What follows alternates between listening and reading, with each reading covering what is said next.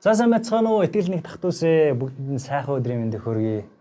Тэгэд өнөөдөр бид хамтдаа full life буюу бүтэн амьдрал гэдэг сэдвээр өнөөдрийн сургаал номлоо зөвлөнө. Бид хамтдаа 1-р Коринт номын 15 дугаар бүлгийн 19 дугаар эшлэлээр очицгаая. Энд ингэж хэлж байна л да. Бид зөвхөн энэ амьдралынхаа төлөө Христэд найдсан бол бид бүх хүмүүсээс хамгийн өрөвдөлтэй болно гэж хэлж байна. Тэгэхээр Библиэд хэлэхдээ энэ амьдрал гэж нэг хэлээд байна тийм үү? Энэ хэсэг дээр энэ амьдрал. Тэгэхээр тэр амьдрал байна гэдэг тийм вариант гарч байна тийм үү? Тэгэхээр энэ хоёрыг нийлүүлсэний бүтэн амьдрал гэж хэлээд байна гэсэн үг миний хэлэх гээд байгаа санаа. Тэгвэл би зөвхөн ерөөдөө энийг Паул хэлэхдээ энийг хэлээд байна гэсэн үг. Хэдүүл одоо энэ амьдралыг энэ үзэгний энэ хэсэг гэдээ үзчихэ. Энэ жижиг хэсэг, дардаг хэсэг. Тэр амьдралыг энэ хэсэгээ үзчихэ. Энийг нийлүүлэх бүтэн амьдрал. Тэгмэд Илч Паул хэлээд байгаа нь энэ амьдралынхаа төлөө буюу энэ жижигхэн хэсгийг бити хараатай. Энэ жижигхэн хэсгийг бити хараатай. Энэ томтой хамт нийлүүлээд бүтэн зургаар нь харах хэрэгтэй юм а гэдгийг хэлээд байна гэсэн. Тэгэхээр ер нь ийм нэг асуулт гарч иж байна. Бид яагаад бүтэн зургаар нь харах хэрэгтэй юм бэ? Бүтэн зургаар нь харах хэрэгтэй. Зөвхөн энэ дээрээ төвлөрч л дөө. Зөвхөн энийг л харчих л да. Заавал энийг харах хэрэгтэй юм уу? Ер нь энэ харах шаардлага байна уу? гэж бодъё л да. За ер нь бол бүтэн зургаар нь харна гэдэг нь харах нь бидний амьдрал биднийг амьдралынхаа чухал биш зүйлсүүдийг харахад тусалдаг. Чухал биш зүйлсүүд. Ер нь юу гэсэн үг вэ? Чухал биш зүйлсүүдийг одоо ялгаж салгадаг. Салахад одоо тусалдаг гэсэн үг. Ер нь бол ялгаж салахад тусалдаг. Ер нь гэтээ энэ хоёрыг ингээд тусдаа тэр чигтээ бүгдээ тусдаа. Энэ амьдрал бол тийшээ. Энэ тэр амьдрал бол тийшээ гэдэг ерөөдөө салгаж болохгүй гэсэн. Яг тэгэхээр энэ хоёр нь хамааралтай гэсэн. За ер нь л энэ амьдрал гэдгийг талаар одоо Библи юу гэж хэлдэг гэхээр Библи хэлэхдээ бол энэ амьдралыг хязгаартай. Ер нь л цаг хугацаатай бид нар ч амьдарч байгаа шүү. Нэг 60 наслан, 70 наслан, 50 наслан, 80 наслан янз бүр байгаа тийм үү. Лимиттэй гэсэн. Энэ амьдралыг болохоор хязгааргүй, лимитгүй гэж хэлж байгаа. Энэ амьдралыг богинохон гэж хэлж байгаа. Харин тэр амьдралыг бол урт удаан үргэлжлэнэ гэж хэлж байгаа. Ер нь бол лимит хязгаар байхгүй, цаашаа үргэлжлэнэ гэж хэлдэг. Гэхдээ тэр амьдрал буюу энэ ирэх амьдрал ер нь бол сонголт гарч ирдэг байгаа. Тэр амьдралд ерөөхдөө тэр амьдрал сонголт. Ямар сонголттой вэ гэхээр бурхантай мөнхөд хамт байх, жаргалтай байх уу, аль эсвэл бурхнаас тусдаа зовх уу гэж байна. Ер нь л Библи ингэж хэлдэг л дээ. Хүн бол мөнхөд байхаар бүтээгдсэн гэдэг. Гэхдээ бүтэн зургаар нь харах юм бол тэр амьдралдаа одоо ирж байгаа амьдралдаа мөнхөд бурхантай хамт жаргалтай байх уу, аль эсвэл мөнхийн тамд зовж амьдрах уу гэдгээ энэ амьдралдаа шийддэг гэсэн. Энэ амьдралдаа шийддэг. Тийм учраас энэ хоёрт холбоотой учраас ялгаж салгаж тэр жигтэн салгаж болохгүй гэсэн. Мэдээж хэрэг аль нь илүү чухал вэ гэвэл мэдээж хэрэг урт удаан үргэлжлэх хязгааргүй тий. Гэхдээ жаргалтай, мөнхөд жаргалтай байх нь мэдээж хэрэг энэ нь илүү дэнчлүүл илүү чухал болоод гараад ирнэ гэсэн. Гэхдээ бүр салгаж болохгүй гэсэн. Заавал ирэмлийг гэвэл мэдээж хэрэг ирэх амьдрал, тэр амьдрал нь илүү чухлаа гэж Библи хэлдэг. Энэ амьдрал бол зөвхөн энэ амьдралд хараад байх хэрэггүй гэсэн. Тэгэхээр ер нь л гэтээ юугаар холбогдолтой гэдэг нь яагаад холбогдолтой гэдэг нь ойлгомжтой шүү дээ. Энэ амьдралдаа бид нэр ямар байна? Одоо энэ жижигхэн хэсэгдээ ямар байна? Ирэх амьдралаа бид нэр тодорхой болгодог, шийддэг гэсэн үг тийм. Гэхдээ эсэргээр зөө юм. Ямар байхаа одоо бид нар ингээд мөнхөд эзэнтэй хамт байх одоо байх уу аль эсвэл мөнхөд тамд зовх уу гэдэг энэ сонголтоос шалтгаалаад энэ жижиг энэ амьдрал маань яаж амьдрах вэ гэдэг маань шийдэгддэг гэсэн. Маань ер нь чухал биш зүйлсүүдээ ингээд олж харна гэдэг нь биднийг цаг хугацаа, амьдралын эрч хүч, тэнхийг ер нь буруу зүйлсэд зарцуулахаас зориулахаас хамгаалдаг байгаа. Ер нь хамгаалдаг байна. Тэгэхээр чухал биш зүйлдээ цагаа бити зориулаад гэдгийг Илч Паул хэлээд байна гэсэн. Илч Паул хэлээд байна гэсэн. 19 дэх эргээд хамтдаа очицгоо. Энд дэр ингэж хэлж байна.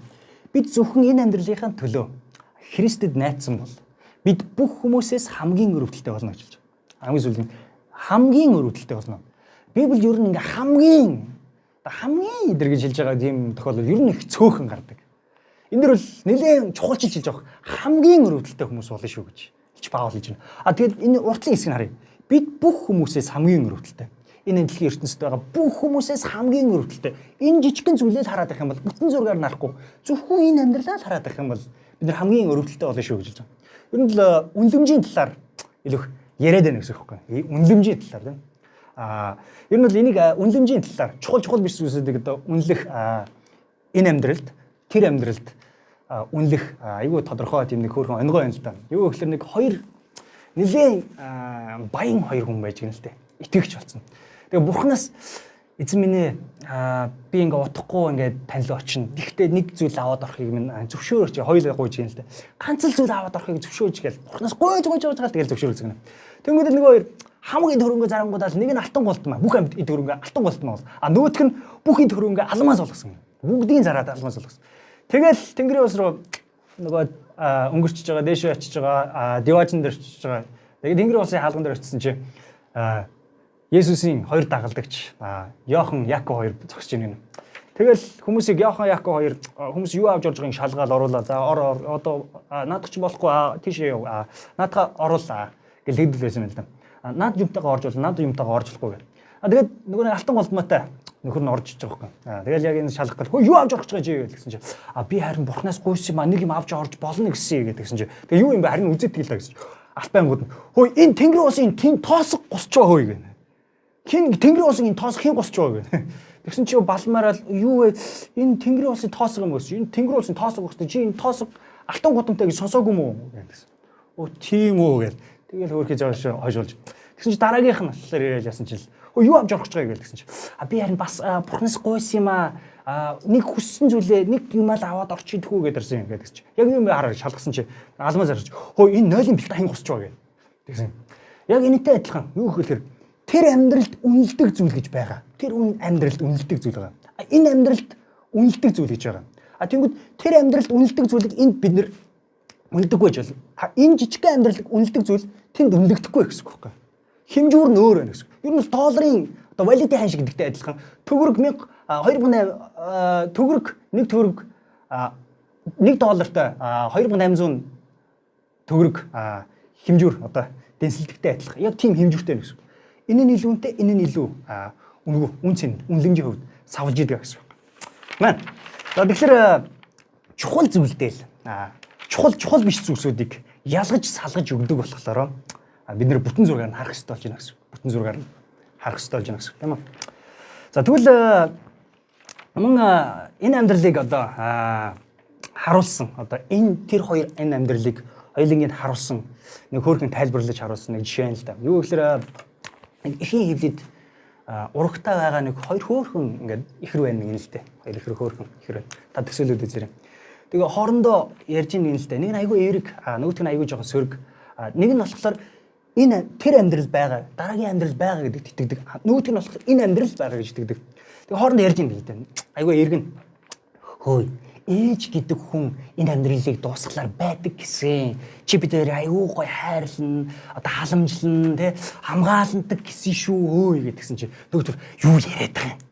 Ганц л амьдрал байгаа. Энэ л амьдрал байгаа. Эндээ л гой байвал болоо штэ. Юу яриад байгаа юм бэ чи гэдгсэн. Дараагийн амьдрал гэж байхгүй. Эндээ л гой байвал болоо байна.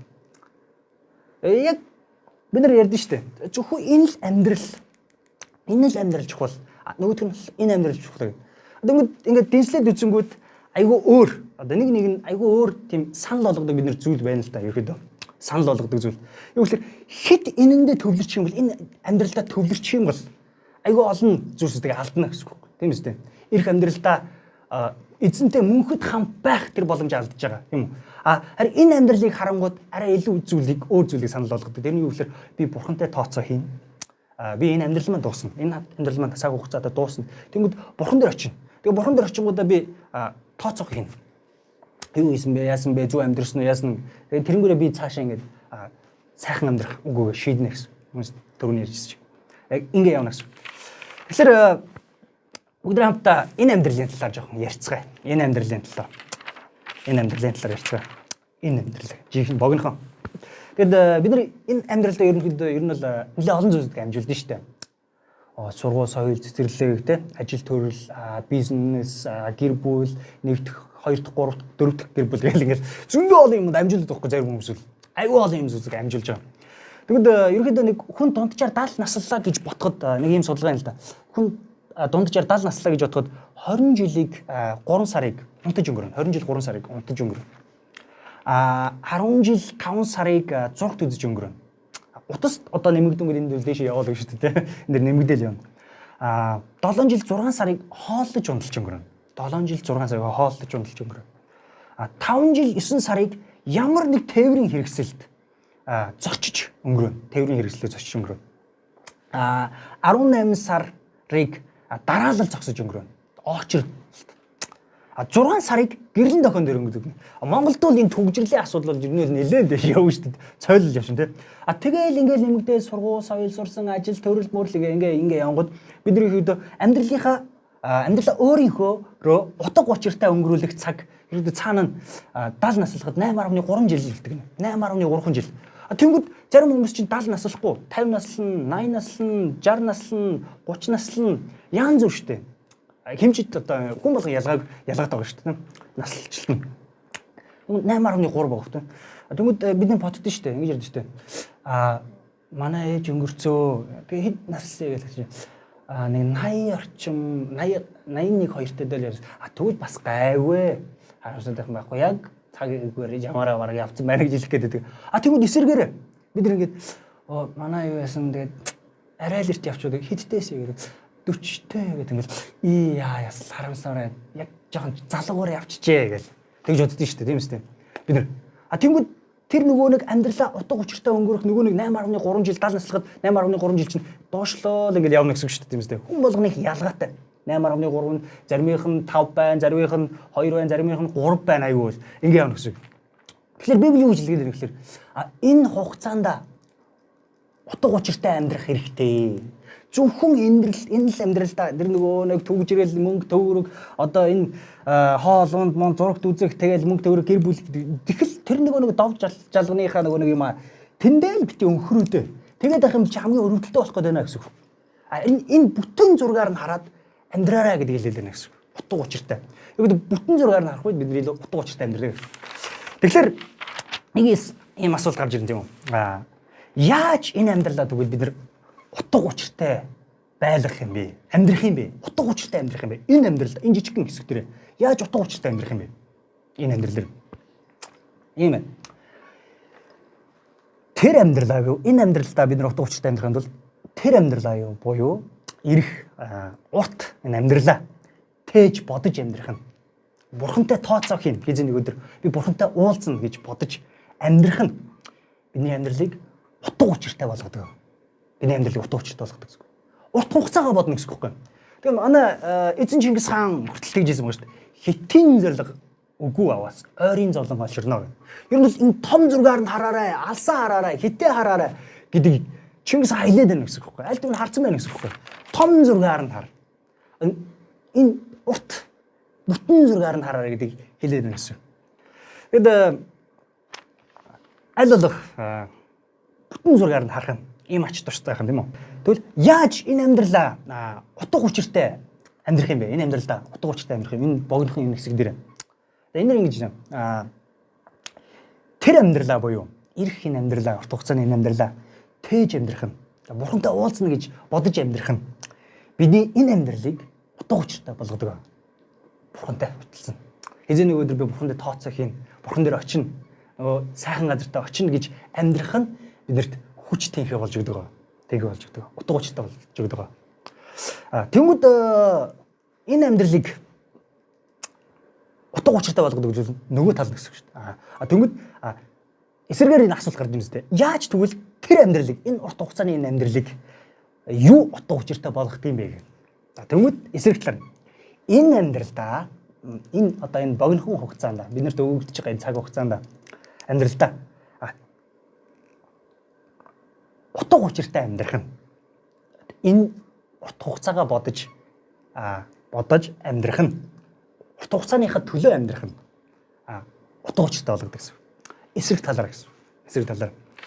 Тэгэд номлынхоо сүүлийн хэсэгт би та бүхэнд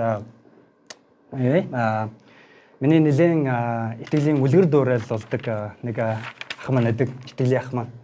Тэгэд тэр хүний ментор болсон Стив Watkins гэдэг нэг пастор байна л да. Стив Watkins гэдэг пастор. Тэгэд тэр хүн болохоор ер нь л Монголын төлөө их нэлээд их олон зүйлийг хийсэн ба. Монголд их зүйлсийг хийсэн ба. Анх 90 он гараад одоо Монголд орж ирээд илгээлтийн эзэн болоод орж ирсэн ба. Ерөнхийдөө нэг 65 орчимтай насны тэгээд эхнэр нөхөр хоёр орж иж байгаа байхгүй. Эхнэр нөхөр хоёр Монголд орж ирж байгаа. Ер нь бол Америктаа бол нэг 70 орчим пасторууд ингээд бэлдсэн. Тэгээд тийм юм бохгүй. Тэгээд ер нь бол 65 орчим настай байсан гэдэг. Тэгээд 90 он гэдэг өнгөд хамаг ая тухай хаяад тэгээд ирж байгаа гэсэн үг шүү дээ. Ая тухай хаяад. Нэг 5 тухтай. Бид нар ерөнхийдөө ингээд бодмоор шүү дээ. За 65 гарчлаа, 60 гарчлаа. Ер нь бол одоо амьдрах хугацаа маань ер нь л жоохон богинохон байгаа юм байна да. Тэгээд чи нэг жоохон 5 тухай жоохон бодчихвол бас зүгээр юм байна гэж бодохоор. Тийм үстэй. Бид нар бас тийж бодохоор. Гэтэл тэр 5 тухай, ая тухай бүх юм хаянгуудаа Монгол ороод ирчих жоохгүй. Манайхаж бас 90 онд ингээд бас хэцүү шүү дээ. Социо үе нийгэм нураад ингээд юмнууд яасан гэдэг хэцүү байсан үе гэдэг. Одоо мөнгө төгрөг дэлгүүрт одоо ерөөдөө картинг бараатай тэгээд дөнгөж давс юм хум байдаг лангуун дээр тиймэрхүү байдаг гэсэн юм болохоор. Тэгээд ерөөдөө дараагийн үеийн пастра сайн мэдээ тараагаад тэгээд бэлдээд тэгээд явангуудаа 2000 он гараад явсан ба. Тэгээд 2000 оны төгсгөл хэсэгт тэгээд эхнэр нь өнгөрөх гээд тэгээд манай нэг итгэлийн үлгэр дөөрөлдөг ахаас ахта имэйлээр харилцажсэн байна. Тэгээд их гоё харилцаж байгаа. Тэгээд имэйл эдрийнх нь хаяг маяг нь айгүй гоё. Монгол Heart гэдэг Монгол зүрх мөрхөдөг айгүй гоё нэр зүрхтэй. Тэгээд би ахаас л сонсон зүйлээ та бүгд хуваалцчихсан. Тэгээд тэр имэйлдээ юу гэж хэлсэн мэхээр удахгүй эхнэр маань эзэн лөө явж гинэ, удахгүй ер нь л өнгөрөх гэж гинэ гэдэг айгүй гоё романтикээр хэлсэн гинэ. Эхнэр маань толгодоос намуух нар ороод иж байгаа. Гэхдээ намуух нар ороод иж байгаа. Гэхдээ ер нь л явах чаа гэж байна шүү дээ. Гэхдээ удахгүй эзэнтэйгээ уулзна гэхээр намайг баярлуулж гинэ. Биднийг баярлуулж гинэ. Бид нар баяртай. Удахгүй эзэнтэйгээ уулзна гэхээр би баяртай. Гэхдээ эзэн дээрээ дэмий хоосон биш. Харин олцтой очиж байгаадаа би бүр их баярлж байна гэжсэн. Бүр их баярлж байна. Тэгэхээр энэ олцны талаар юу яриад байна гэхээр сайн мэдээ тараарад. Энэ амьдралдаа утга учиртай амьдрсан да. Энэ амьдралаа тээж утга учиртай амьдрсан да. Би маш их баяртай байна гэж хэлсэн гэсэн. Тэгэхээр бидний амьдралын энэ амьдралыг тэрч амьдралыг ерөөдөө тэр чигтэн бүрэн дүүрнээр нь бүтэн амьдралыг маань утга учиртай болгодог зүйл маань авралын зар сайн мэдээ байгаа гэсэн үг. Сайн мэдээ байна гэсэн. Түрүүний хэлээд байна энэ амьдралыг маань утга учиртай болгодог зүйл маань юу вэ? Яаж утга учиртай болгодог зүйл вэ? Ирэх он жилүүдэд эзэн дээрээ эзэн минь би хамгийн сайнаар хичээсэн. Танд хамгийн үн цэнтэй зүйл бол хүн. Би хамгийн чадхаараа өөрийгөө хамгийн хичээд зүтгэлээрээ хамгийн сайнаараа хүмүүст таныг мэдүүлсэн, таниулсан. Энэс л үн цэнтэй зүйл бурхан танд байхгүй шүү дээ. Би хамгийн чадхаараа хичээлээ гэж очно.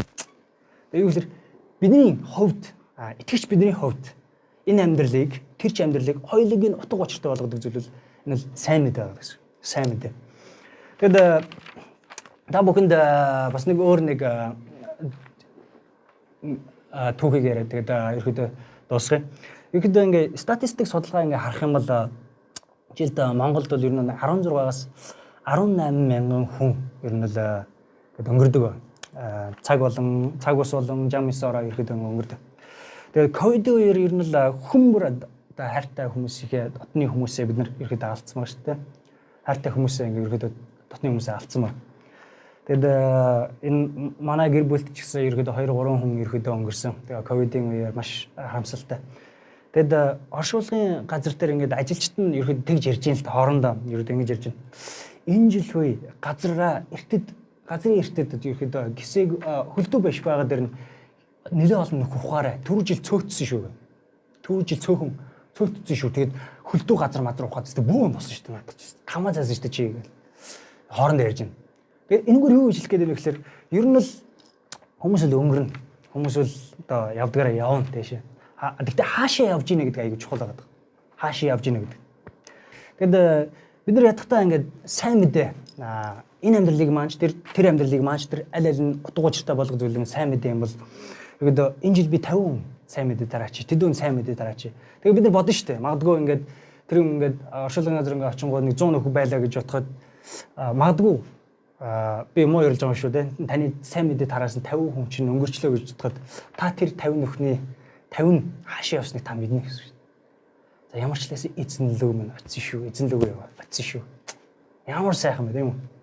Тэгэд эхнэр бид хоёр ерөөдөө гэр бүлүүдийнхэндээ сайхан эргэн тойрныхондоо сайн мэдээ тараад байгаа.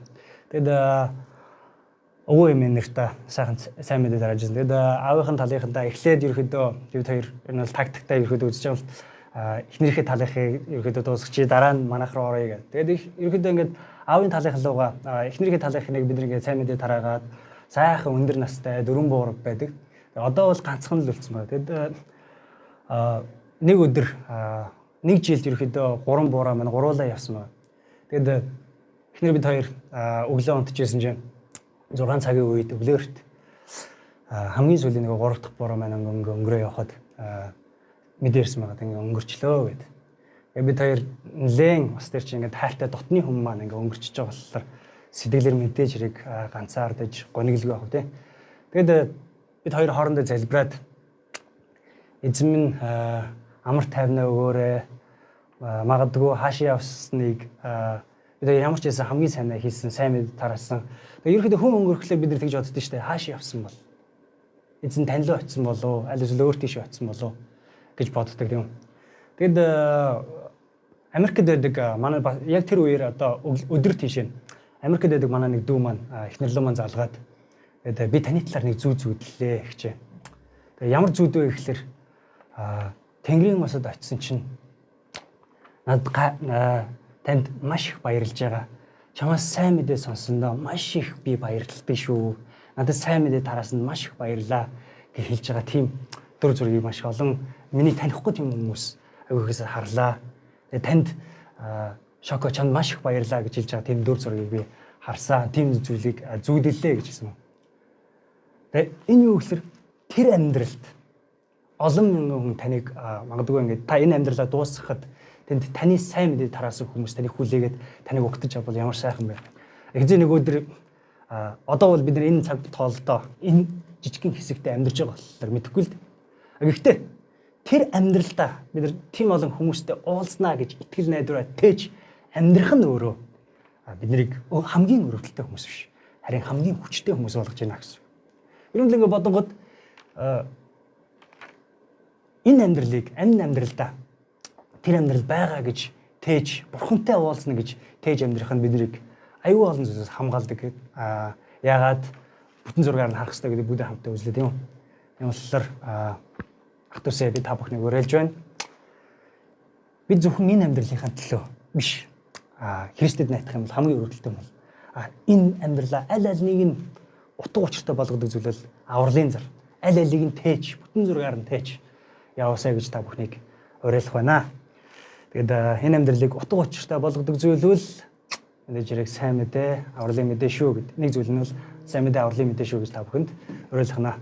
Тэгэд магадгүй та манай зүйлэн тань таалагдсан бол анх удаага та Христийг мэдхийг хүсэж байгаа бол нэмэх гэж бичээрэй. Тэгээд би та бүхэнд Христлийн тухай болон чуулганы талаар мэдээлэлүүд хүргэх болно. Тэгээд эх 7 хоногийг та утга учиртай бүрэн дүүрнээр энэ л амьдралаа хараад байх ш. Харин бүрэн дүүрнээр нь хараад амьдраасаа гэж та бүхнийг өнгөрөөд 7 хоног өнгөрөхөөс гэж уриалах байна.